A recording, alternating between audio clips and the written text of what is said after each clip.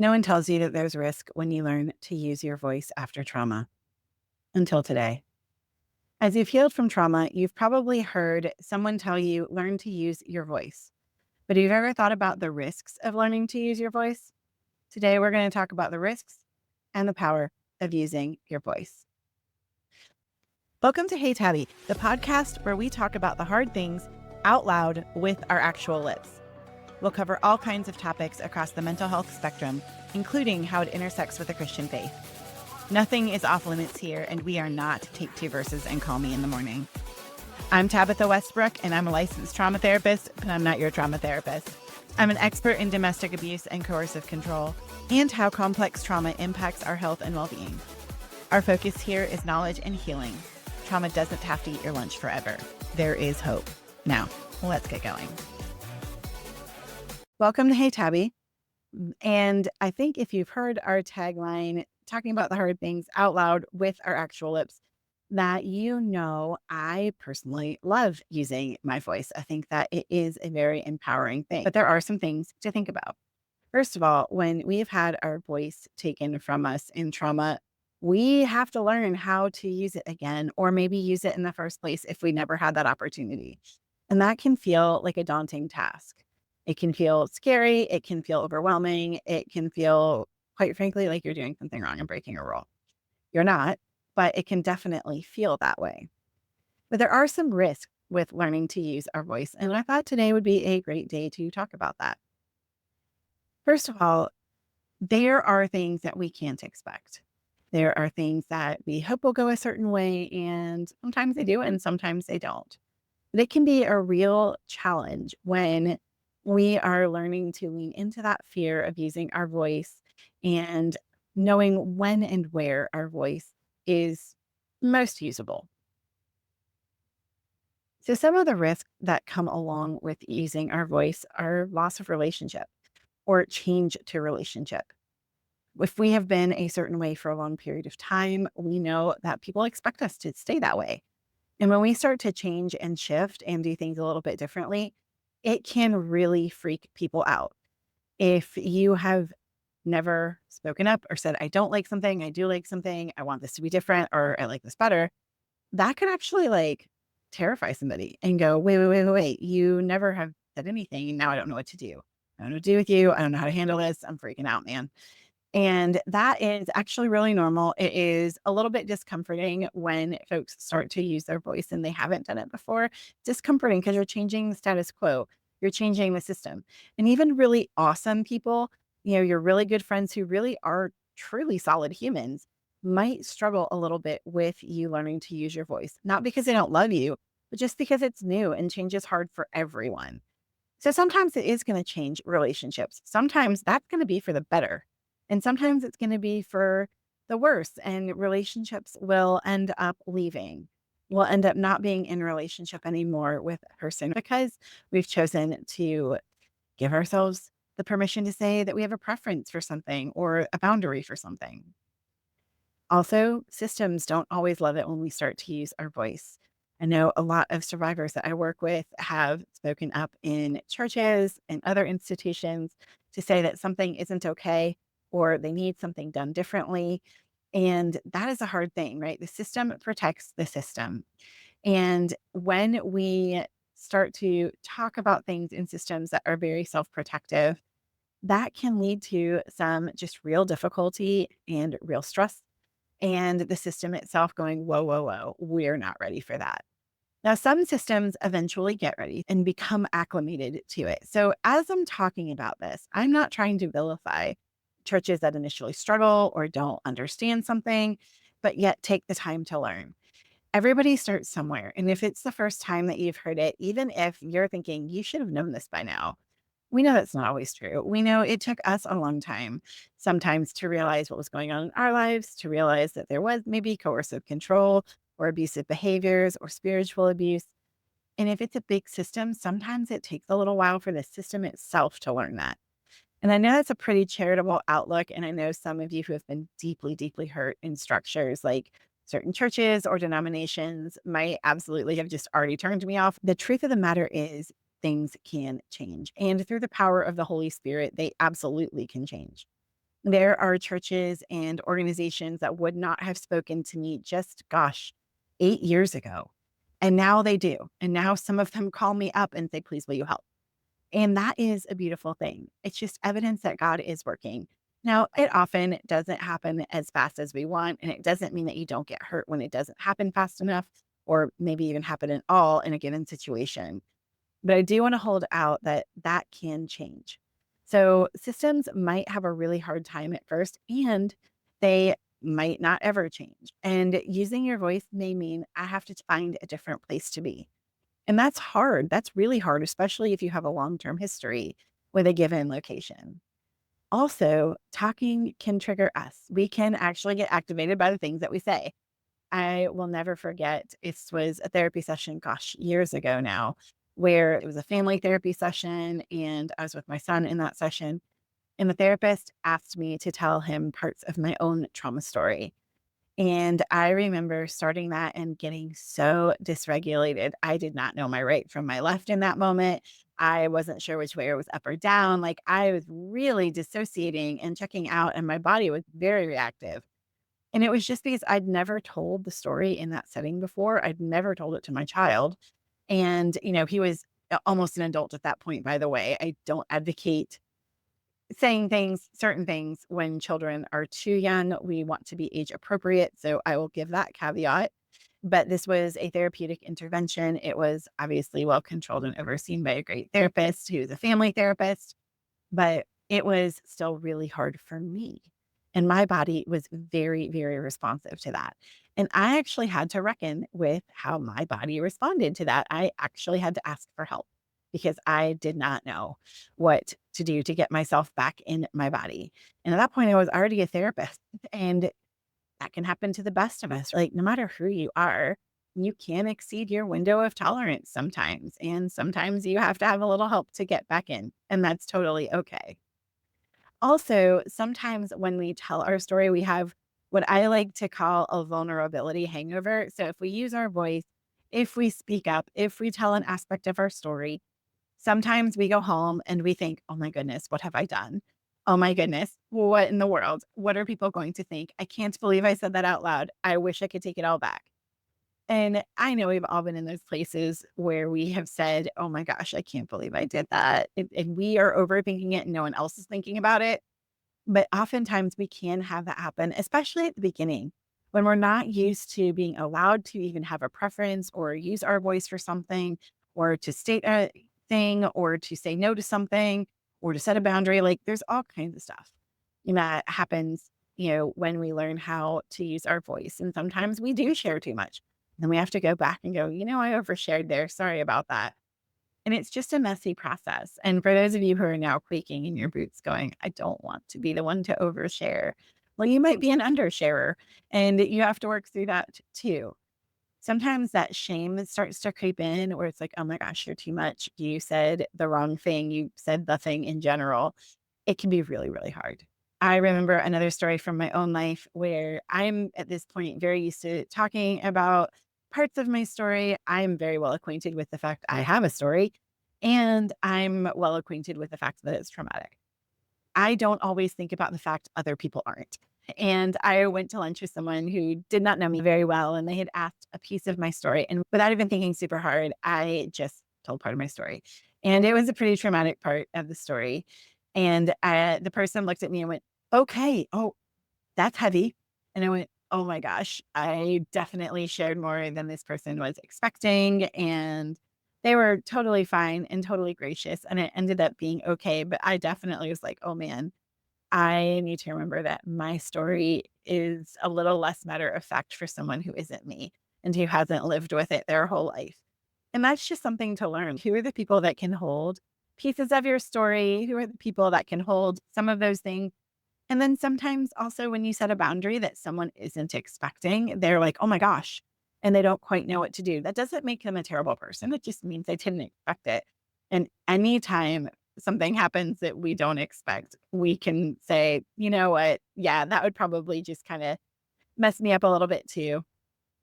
When we start to really tell our story or start to really set a preference or start to speak out, particularly if we become an advocate about abuse or coercive control. People are like, whoa, what's happening? And that's because a lot of times when victims start to do the work in their own lives, the first thing they can say is something's wrong. And they can't say I'm being abused or there is coercive control. Most folks don't usually start there. They just say something is wrong or I need to fix something. And that can be a really tricky space because you're starting to talk about something, but you don't quite have words. And this is where it's really helpful to just remember that the body keeps the score. And it can be hard when you're trying to say something's wrong, but I don't know exactly what that is. And you're talking to someone who doesn't understand maybe traumatic responses or dissociative amnesia, which is where you don't remember stuff that was traumatic. And you're trying to figure it out because your body is starting to let you know that something is going on. And so that can be a little bit tricky. And you might have folks who misunderstand you. In fact, even on a really good day, no matter how well spoken you are, there is always the possibility for misunderstanding. Maybe what you thought was going on in your head didn't come out your lips quite well, or you're learning how to articulate something, or the person heard it through their own filter and heard something else that you did not say. And that happens to lots of people. We hear through our own filters, and sometimes that leads to misunderstandings, which is why talking things through can be super helpful. But those are some risky bits to beginning to use your voice. Like it can change the landscape for you. Now, it's not always a bad change to the landscape. There's some really good changes to the landscape. So I'm just going to pause really quickly here and just let you sit for one moment with the fact that there can be risk to using your voice.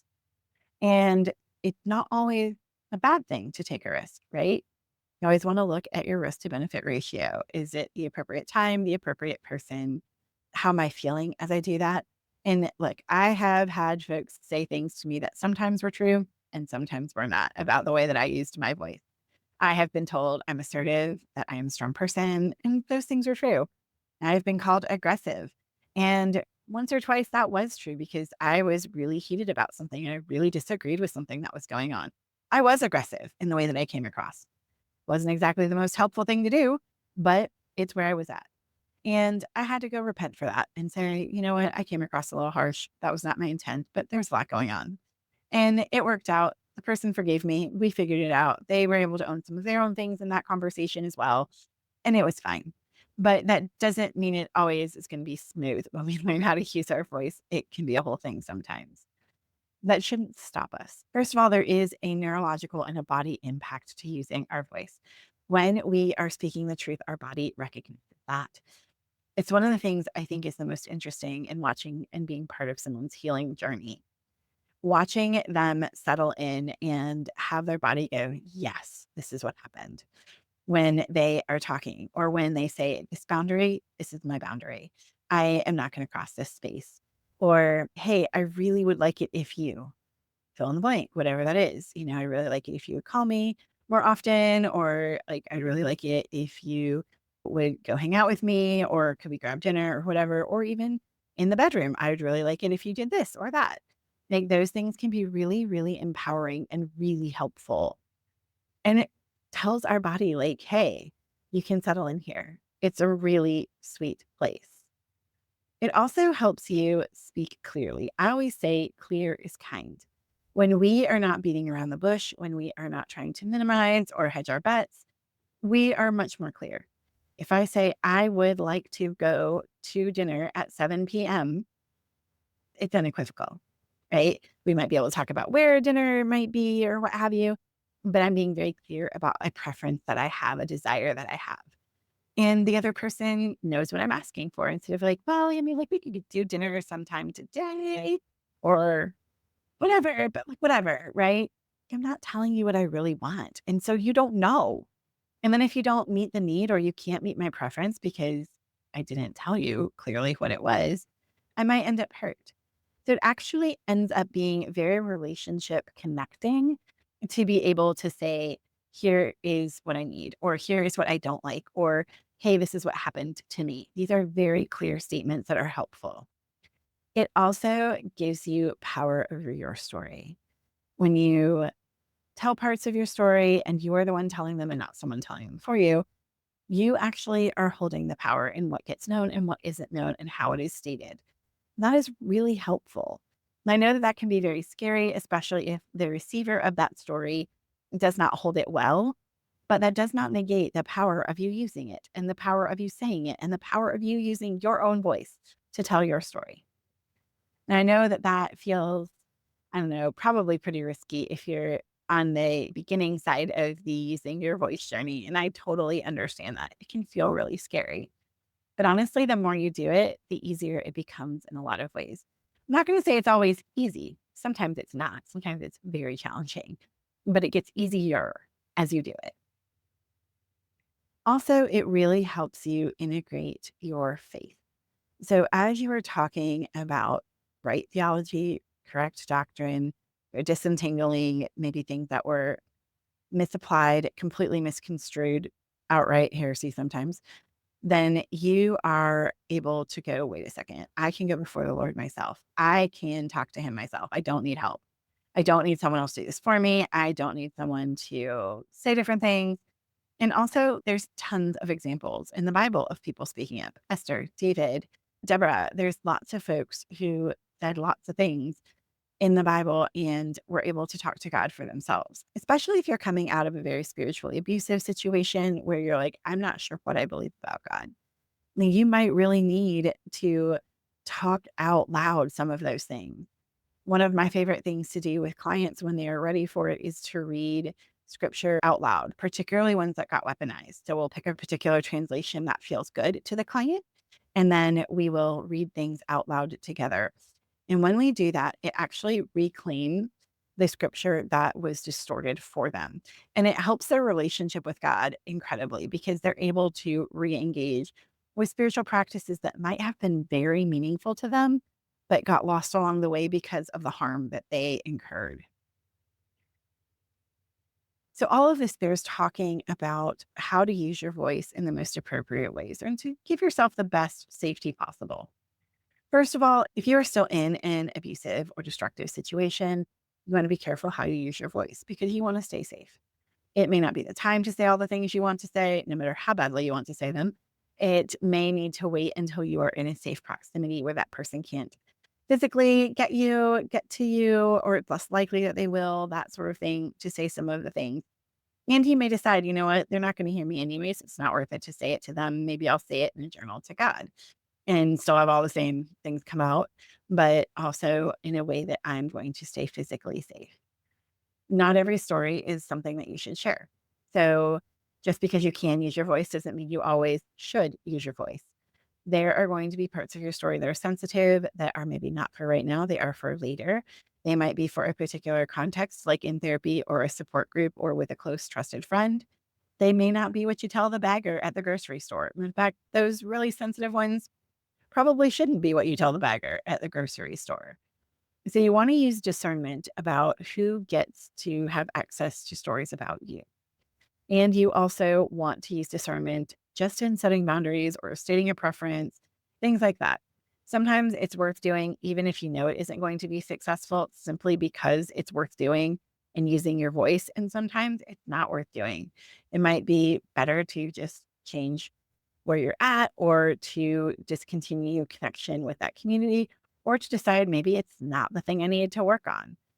And truthfully, when we are survivors, we often are really well aware of when things are not going the way we had hoped and dreamed in a situation or in a community. And that can lead to a little bit of hypervigilance in that space. And I would just encourage you to really look at, is this a battle I need to fight? Is it really worth it? Because sometimes just because something is a little bit off, and like, I'm not talking about destructive, I'm just talking about imperfect, right? That maybe that's not what I confront. Maybe it's not really even worth it. If I don't like the direction that we go when we serve communion, for example. So let's say that your church is you come up and you rip off a piece of bread and dip it in whatever liquid they have, wine, grape juice, whatever. And then you go back to your seat and then take it. And you just were like, really prefer the disposable communion cups. That isn't wrong. It's just not your preference. And you might state like, hey, it'd be great if we did this. And the pastor might be like, hey, this is what we do. Or the elders like, hey, this is what we do. It's not a bad thing. And it's not something that you have to confront. It is not necessarily the thing that needs to be a deal breaker in your community.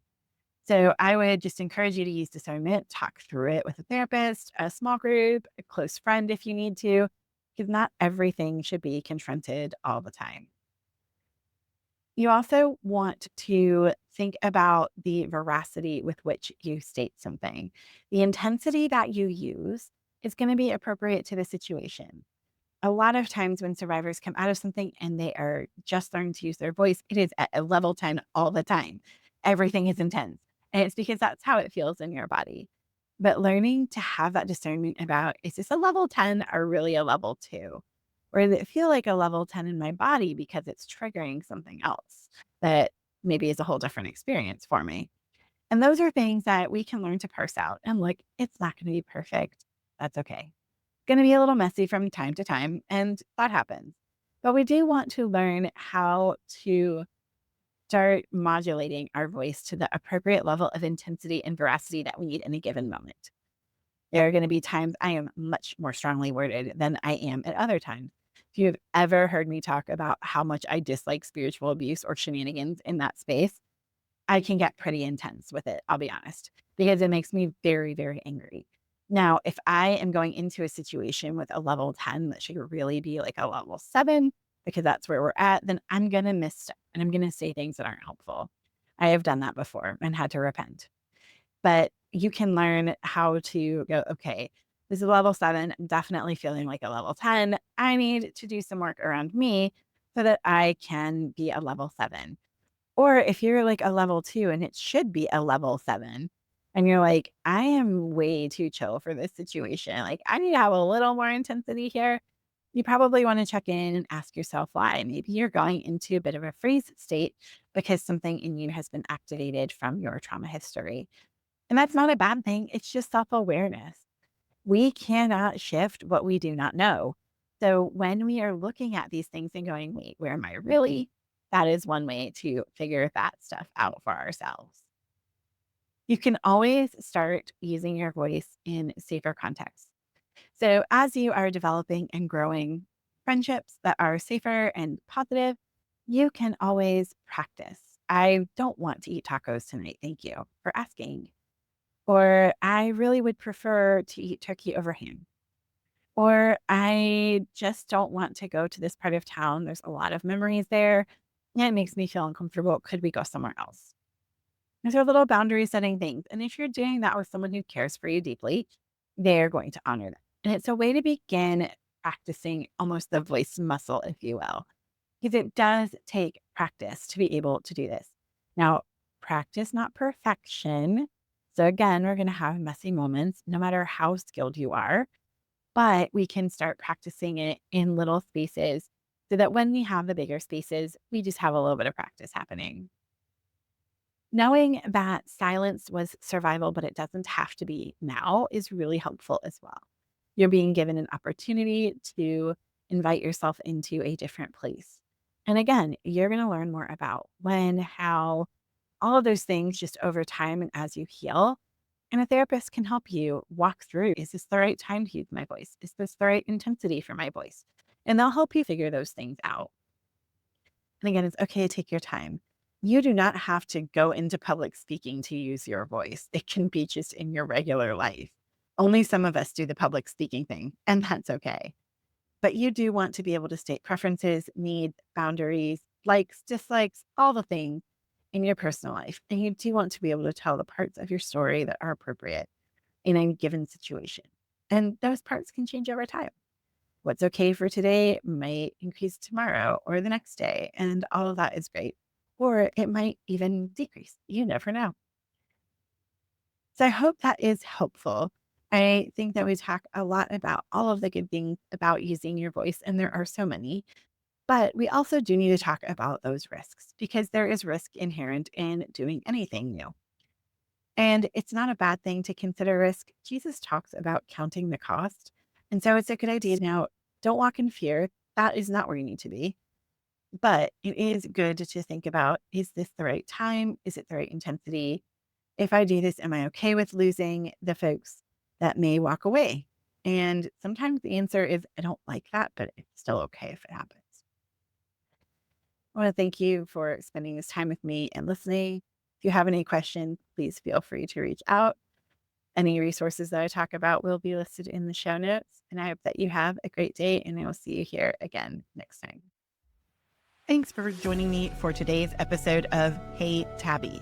If you're looking for a resource that I mentioned in the show and you want to check out the show notes, head on over to tabithawestbrook.com/Hey Tabi. That's HEYTABI, and you can grab it there. I look forward to seeing you next time.